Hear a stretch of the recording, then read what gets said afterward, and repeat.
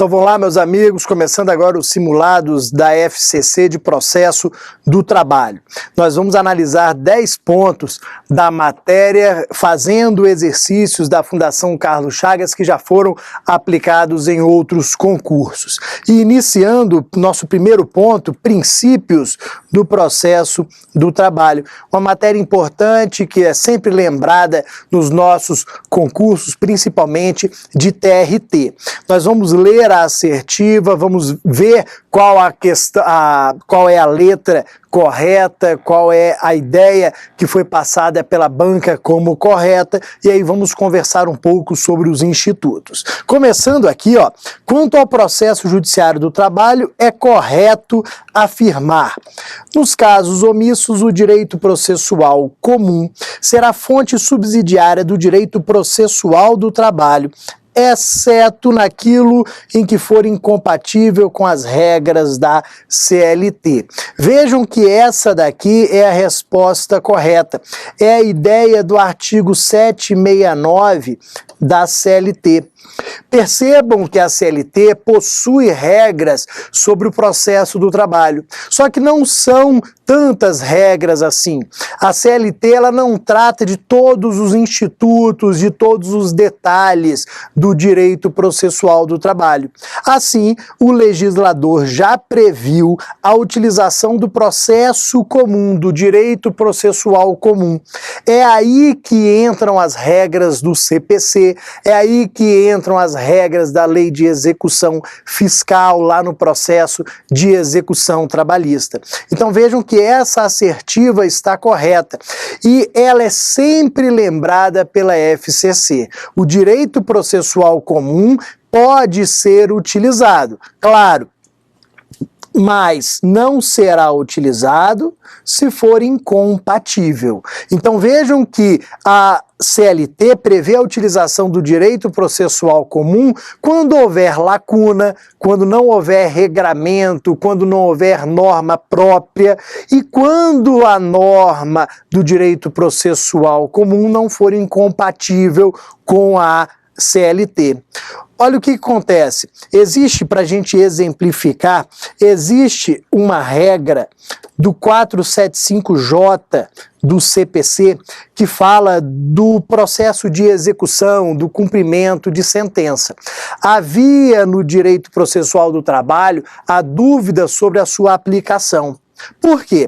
Porque esse 475J prevê uma multa de 10% caso o devedor não cumpra a obrigação. Vejam que é uma norma ligada à celeridade processual, ligada à economia processual. Só que o entendimento do TST é no sentido de que não existe lacuna. Vejam que o TST entende que esse dispositivo ele é inaplicável. Por quê? Porque não existe lacuna, porque o processo do trabalho, o processo de execução trabalhista está descrito na CLT. Então eu preciso, nessa questão aqui, nem havia necessidade de falar de lacuna, mas eu preciso de lacuna, ou seja, de ausência de norma na CLT, e eu preciso também dessa ausência de incompatibilidade para aplicar a ausência de incompatibilidade para aplicar as normas do direito processual comum. Então vamos lembrar desse detalhe porque ele é muito cobrado nas provas da FCC.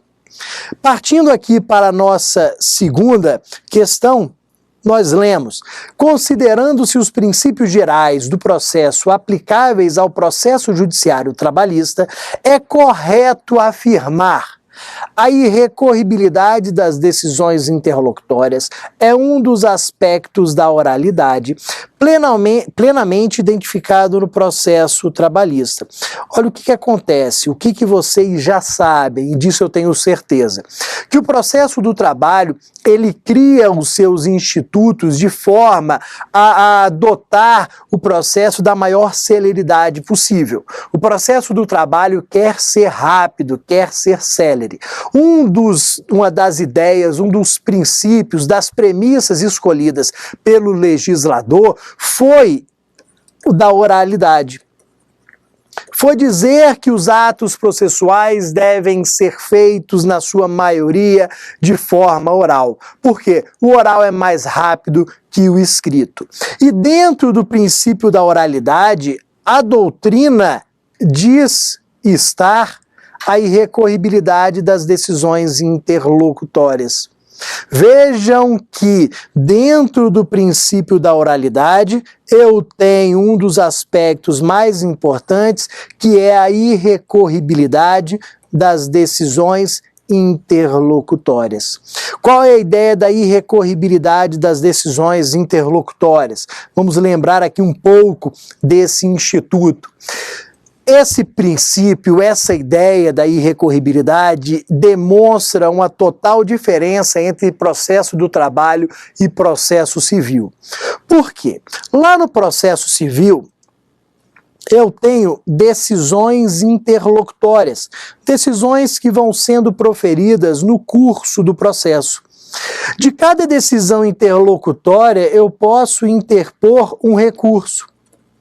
Então, muitas vezes, em um processo, antes mesmo de ser proferida a sentença, que é a decisão mais importante, eu já tenho vários recursos interpostos. Então, antes da sentença ser proferida, eu já interpus 2, 3, 4 recursos. Isso, naturalmente, faz com que o processo ele fique mais complexo, logo, um pouco mais lento. Isso no processo civil. Como o processo do trabalho ele quer ser célere, qual foi a regra adotada? Nós não vamos interpor recurso das decisões interlocutórias. Nós não vamos recorrer dessas decisões que são proferidas ao longo do processo. Se foi proferida uma decisão interlocutória e você discorda, não recorra, aguarde. Aguarde até ser proferida a decisão final. Quando for proferida a decisão final, aí sim você vai interpor recurso. Então, a irrecorribilidade não consta aqui na questão, mas ela é imediata. Eu não posso de imediato recorrer das decisões interlocutórias. Eu aguardo ser proferida a decisão final para dela recorrer. Isso é um dos aspectos do princípio da oralidade. Ok? Partindo aqui para a nossa terceira questão. No que diz respeito aos princípios do direito processual do trabalho, é correto afirmar a consolidação das leis do trabalho encerra algumas espécies que operacionalizam o princípio inquisitivo no direito processual do trabalho. Isso daqui está perfeito, está correto, só que nós temos que lembrar o que é princípio inquisitivo. E, além disso, nós temos que diferenciar o princípio dispositivo do inquisitivo, porque isso daqui muitos ainda confundem. Então, iniciando pelo mais simples, o princípio dispositivo. Princípio dispositivo, se vocês encontrarem alguma questão de prova, vocês vão lembrar do nome mais simples, que é o princípio da inércia. O princípio dispositivo é igual ao princípio da inércia. Aquela ideia que nós aprendemos lá em direito processual civil, de que o juiz ele não começa o processo de ofício, que o juiz ele não presta a tutela jurisdicional sem ser provocado. Então, o princípio da inércia, que traz aquela ideia de que eu, interessado, tenho que ir ao Poder Judiciário pedir a tutela, a proteção dele. O princípio da inércia é igual ao princípio dispositivo. Tem que ter pedido da parte. Por outro lado, eu tenho o princípio inquisitivo, que para facilitar nós podemos dizer que é o contrário. Princípio inquisitivo é o contrário do princípio dispositivo. Se no dispositivo eu preciso de pedido, no inquisitivo o juiz ele atuará independentemente de pedido. O juiz no princípio inquisitivo ele atuará de forma a dar andamento ao processo sem pedido da parte. Ele atuará, como se diz, ex officio. Ele atuará ex officio ou de ofício. Então, o princípio inquisitivo, ele diz que o juiz atuará ex officio, de ofício, de forma mais simples, sem provocação, sem pedido da parte. E aí voltamos para a B, perdão. A B está falando que no processo do trabalho nós temos situações que operacionalizam o princípio inquisitivo. Isso é verdade? Claro que sim. Nós temos pontos aqui em direito processual do trabalho em que a atuação do juiz ele independe de pedido. Nós podemos destacar vários artigos aqui, o 765 da CLT, o 878 da CLT, principalmente esses dois aqui, o 765 da CLT e o 878 da CLT. Vejam que o 765 da CLT, ele está mais ligado às provas, à produção das provas. Nele consta que o juiz vai poder tomar várias atitudes sem pedido da parte, que o juiz, por exemplo, ele vai poder determinar a produção de uma prova pericial, mesmo que não haja pedido das partes. Uma atuação totalmente ativa. Então isso serve até para diferenciar novamente o dispositivo do inquisitivo. No dispositivo eu tenho uma atuação mais passiva, o juiz fica parado, aguardando ser provocado. No inquisitivo não, a atuação ela é ativa, como se brinca, o juiz parte para cima do processo para resolver aquele litígio, aquela lide ali instaurada. Então ele no 765 vai realizar os atos de ofício, vai determinar por ele mesmo a produção das provas. No 878 da CLT, nós temos uma situação muito importante que fala do início do processo de execução.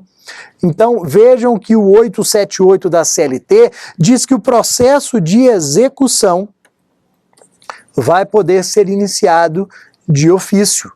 Então, o juiz profere uma sentença condenando determinada empresa ao pagamento de R$100 mil. Não houve recurso, transitou em julgado. O juiz, percebendo que houve o trânsito em julgado, o que ele já faz? Ele dá início ao processo de execução. Ele determina a citação da empresa para pagamento dos R$100 mil. Vejam que ele não aguarda pedido da parte. Não, parte, agora peça o início da execução. Nada disso. Esse início da execução é feito de ofício. Por isso que é um instituto, é uma situação que, nos termos da letra B, operacionaliza o princípio inquisitivo. Tomem cuidado com essa situação, porque ela é muito importante. Passando aqui para a nossa questão 4, Mirto, juiz de direito, indignado com determinadas situações que estão ocorrendo na empresa Z, gostaria de instaurar reclamação trabalhista plurima. Então, o juiz ele gostaria de instaurar reclamação trabalhista plurima. Porém, há um princípio que impede que o magistrado instaure de ofício o processo trabalhista. Trata-se especificamente do princípio. Vamos lá. Reforçando a ideia da questão anterior, coloquei essa 4 aqui para nós reforçarmos essa ideia. Eu tenho aqui princípio da inércia. Vejam que o juiz, ele quer instaurar reclamação trabalhista plurima? Ele que quer dar início ao processo, pode? Claro que não. Vejam que eu tenho aqui os artigos 2º e 262 do CPC, que prevêem o princípio da inércia. O juiz não prestará a tutela jurisdicional senão quando provocado. Vale a pena falar sobre um ponto aqui. Vejam o seguinte, como a questão é sobre princípios, nós não precisamos ficar grilado com isso daqui, ó. Não vamos nos preocupar com o juiz de direito. Ah, mas o juiz de direito ele não teria competência. Não precisa pensar nisso, porque a questão é sobre princípios. Talvez tenha sido um erro aqui da banca, mas que não anula a questão, nada disso. Se tivesse perguntando sobre competência, aí seriam outros 500. Então, eu tenho aqui, ó, como a pergunta é sobre princípio dispositivo. Aquela diferença entre princípio dispositivo e inquisitivo, ela tem que ser lembrada sempre, porque geralmente a FCC coloca nas alternativas os dois. Como tem muita gente que confunde, eles utilizam isso daqui. Se uma assertiva é dispositivo, outra vai ser inquisitivo, que é para tentar te enganar, ok? Então, cuidado com esse ponto. Partindo aqui para a questão 5, na questão 5, nós temos a ideia de que, de acordo com a consolidação das leis do trabalho, o direito processual comum é fonte do direito processual do trabalho. Neste caso, está sendo aplicado especificamente o princípio. Vamos lá, ó. Nós já vimos isso daqui na nossa primeira questão. Nós vimos que se houver lacuna e se não houver incompatibilidade, o direito processual comum será fonte do direito processual do trabalho, será aplicado. Vejam que de início, eu vou sempre pensar na aplicação do processo do trabalho. A primeira ideia é aplicar o quê? A CLT.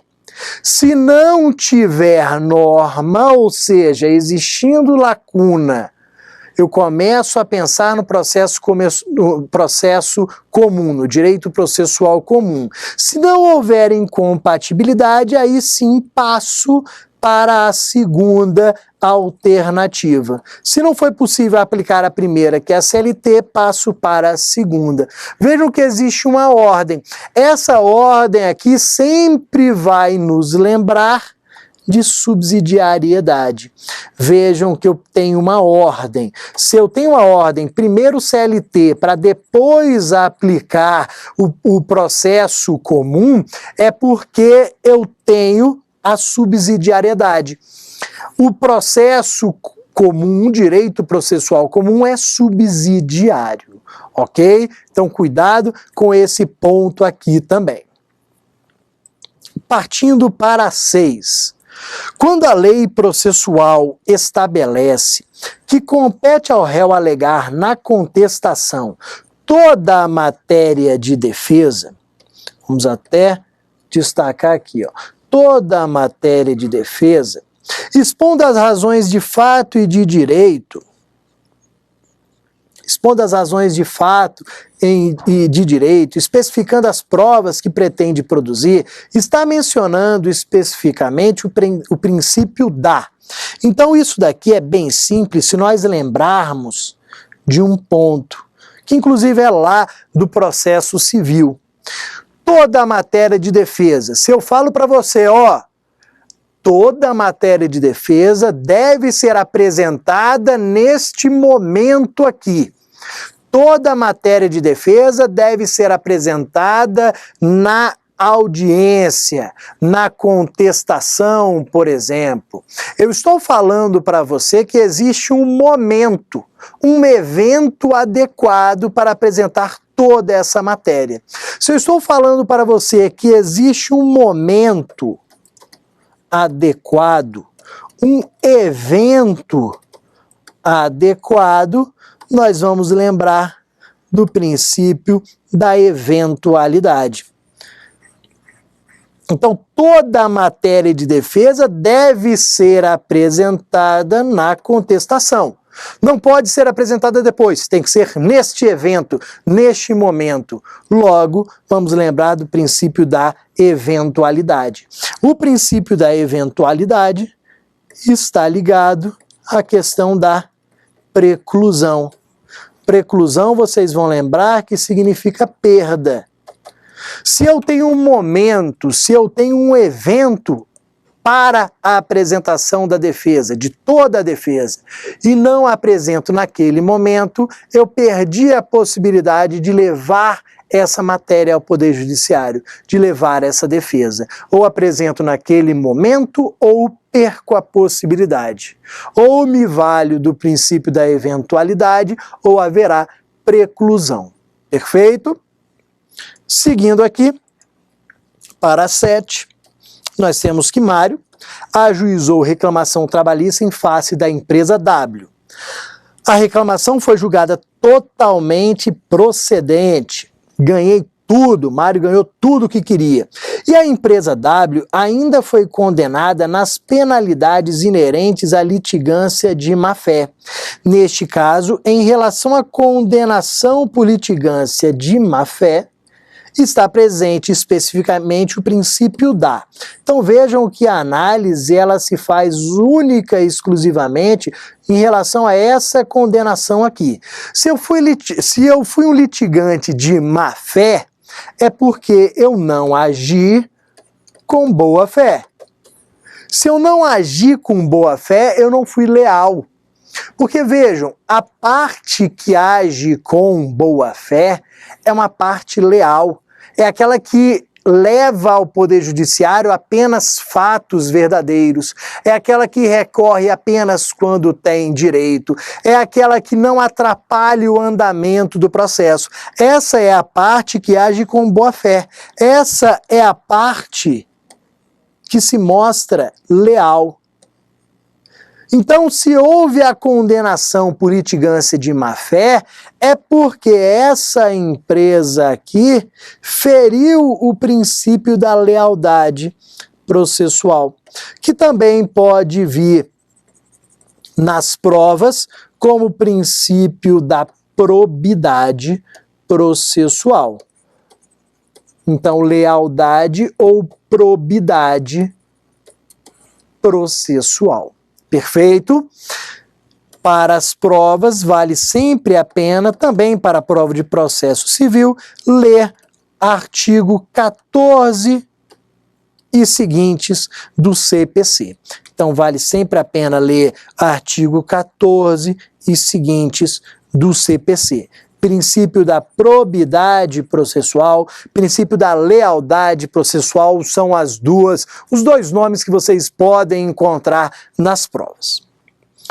Partindo para a questão 8, de acordo com o artigo 820 da Consolidação das Leis do Trabalho, as partes e testemunhas são inquiridas pelo juiz, podendo ser reinquiridas por seu intermédio a requerimento das partes. Então vamos lá, ó.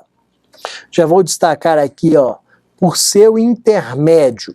Então elas são inquiridas pelo juiz, podendo ser reinquiridas por seu intermédio a requerimento das partes, seus representantes ou advogados. E de acordo com o artigo 342 o artigo 342 do Código de Processo Civil, o juiz pode, de ofício, em qualquer estado do processo, determinar o comparecimento pessoal das partes, a fim de interrogá-las sobre os fatos da causa. Nesses artigos está presente especificamente o princípio. Então, olha o que acontece aqui, ó. O que nós temos? Nós temos aqui o juiz, nós temos aqui uma parte e nós temos aqui uma testemunha. Olha o que nós percebemos pela leitura do texto. que as partes e testemunhas são inquiridas pelo juiz. Então, o juiz lida diretamente com a parte, diretamente com a testemunha. E as partes e testemunhas podem ser reinquiridas por seu intermédio, ou seja, por intermédio do juiz. Então, percebam que essa parte aqui, ela quer fazer uma pergunta para a testemunha. Só que ela não vai diretamente à testemunha. Como é feito? A parte faz a pergunta ao juiz, que passa a pergunta para a testemunha se achar conveniente. Então vejam que o juiz ele está sempre no meio aqui. Ele que está com um contato imediato com as partes. Uma parte não pergunta direto para a outra parte. A parte formula a pergunta ao juiz, que passa para outra parte.